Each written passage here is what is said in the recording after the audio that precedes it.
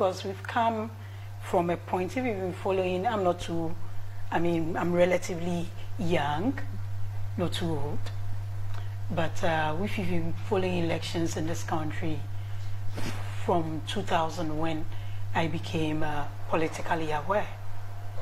You realize that there's a trend that is building up within the country, and that's where we are getting to.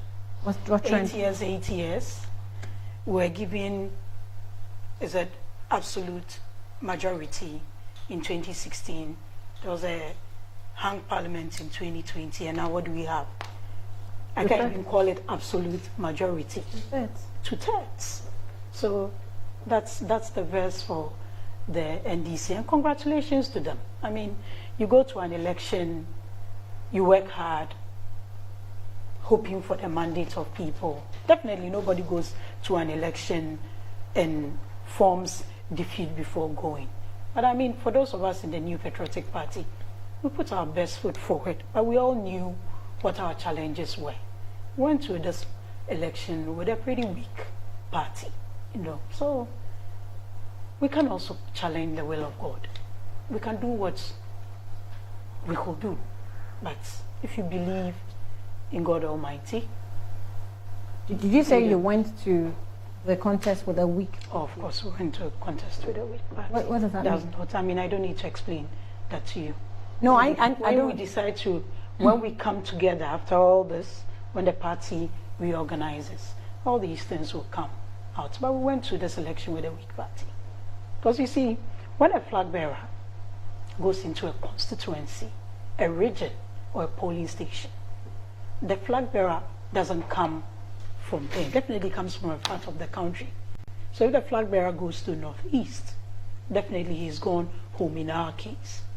But when the flag bearer goes to any other part of the country, he's to build on what the party has built on, from polling station to constituency to region. And that base was weak. So whatever he built on, if we had a strong party at the various levels, we wouldn't be having this conversation this morning. So to me, we went into this election with a relatively weak party. Did you realize it before or after? Honey, you see challenges. We moved around. I moved around, especially the 5 regions in the north. I mean, you hear people talk, people come to you quietly. And if you've been around for a while, even the body language of people should tell you what to expect. But in all this, you're going for a contest. It's just like a game. You hope for the best and put your best foot forward.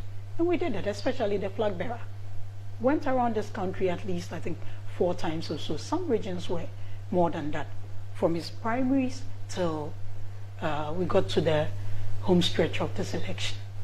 But I mean, power comes into its own challenges. So that verse, I hope Gabriela and the NDC, and congratulations to the president-elect. I mean, we are keenly looking at the social contract of 120 days that is there. Looks pretty interesting with the 26 days. We wish him well. We'll be monitoring the social contract with Ghanaians. So when you, I mean, I know you went out a couple of times across or around the country. Yeah. Did you read these sentiments with people, the body language, as you mentioned, that was pointing to the fact that it was very likely that your party was going to lose? Well, I wouldn't say it was. I mean, when you go into an election is 50-50. You win or you lose. There are 2 outcomes. There's nothing like a draw in election. Probably what we had in 2020 with the 137-1 independent could be done that. But we had executive power in addition. So these things, you just do. That's why we went out to campaign. Why were we campaigning? Because some of these things come up. What I want to still emphasize was that our base was weak. We came in, we didn't manage expectations.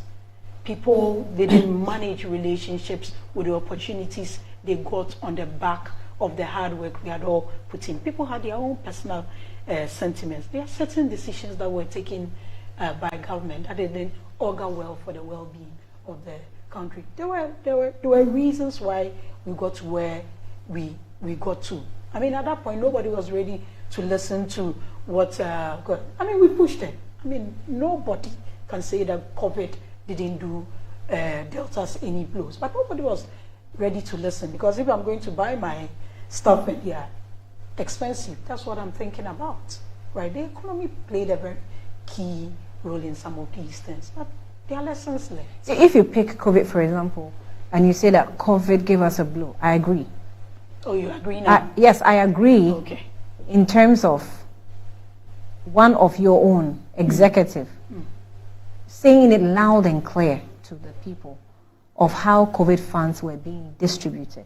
So apart from the fact that, well, it's a disease that hit the whole world and made us struggle for a bit. Also, another blow is how funds of COVID were misused. And that was a blow. Pardon? Misused how? But was it your PC, one of your executives?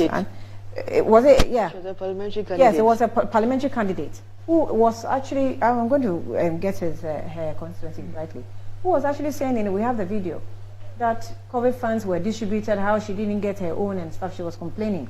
The people who were struggling from COVID. Get some, but she was complaining about how they were distributed. Maybe let me find the video so we hear exactly what she said. So if a people think, as it stands now, so if a people think, my point is, if a people think that the disease itself, isn't it? Pardon? I mean, as it stands now, those sentiments is inconsequential. We lost the election. No, so how does that come into play we have said a few things. Yes. I'm trying to maybe help you understand some of the help things. me understand. Yes. Okay. Some of the things that went to the sentiments of the people that probably directed their voting pattern. So what I said was that we went in with a relatively weak party. When we reorganize and come back, some of these things will come out. Some of the lessons that came out, some of the reasons that led to where we are now will come out. But definitely, once we are all within it, whether we played a part or not, nobody won. The New Patriotic Party lost. Annie, can I jump in? You don't need to jump in. There's no matter of jumping. I actually wanted to read something before you jump in. She doesn't need to jump in. There's no jumping in. She doesn't need to be in a hurry. There's no need to jump in. You can make your point. You don't need to jump in. Just give me a second. Maybe, Gabriela, I'll come to you just a moment. Okay, not this one. Okay, so outgoing MP for Asante Akim North constituency expressed profound regret over what he described as a collective failure within the NPP to support the Vice President Dr. Mahmoud Bawumia's historic campaign.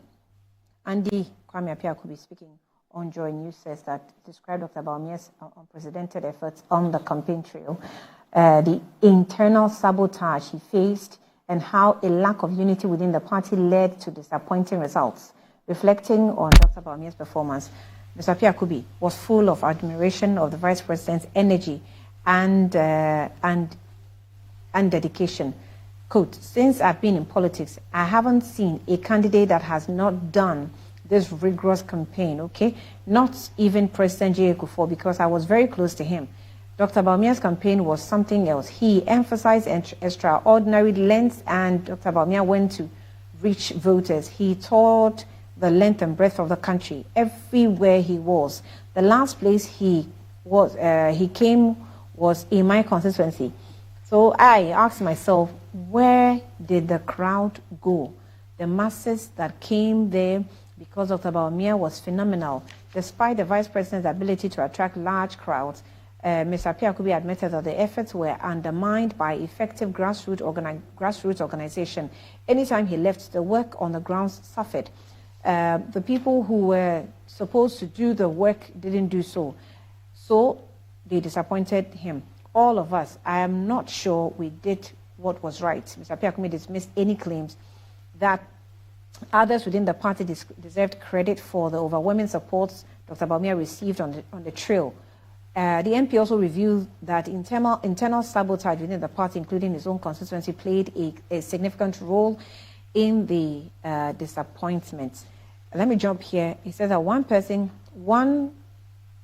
person's unwillingness to act brought all of us to the situation. According to Mr. Piakobi, the failure to address internal issues, to listen to MPs, warnings about growing discontent within the party was a major factor in their underperformance. And in this case, it was actually making reference to the finance minister at the time when they were calling for his removal, because in his submission, he actually indicated that the finance minister at some point became more powerful even than the president. Lawuratu, I'll have you comment on this before I go. That's what I've said. I said we went into this election with a relatively weak party. As I sit here, no matter how grown I become, no matter how successful I become, my parents and elders should still have a certain level of stake in whatever I do. There are things that I'll say on air, there are things that I'll write, and sometimes I'll have my mother call me to ask me, this is what you said, and all that. I have people that I revere come out and ask. Sometimes you explain, sometimes you just defer to them. The New Patriotic Party birthed this government. I mean, definitely, just as we give all the successes to the head of government, when it comes to these things, definitely the buck will also stop with them. But in all these lamentations, in all these, we all sat down. Some decided that let's step back and pacing. Some decided that let's focus and work. Some also decided that let me sit back and let them know my importance in this party. At the end of the day, the New Patriotic Party that we all claim to belong to lost. What is the way forward? We have to reorganize and focus. I don't think, and that is my opinion, that the NDC can do anything extraordinary. They've been there before. You saw what they did.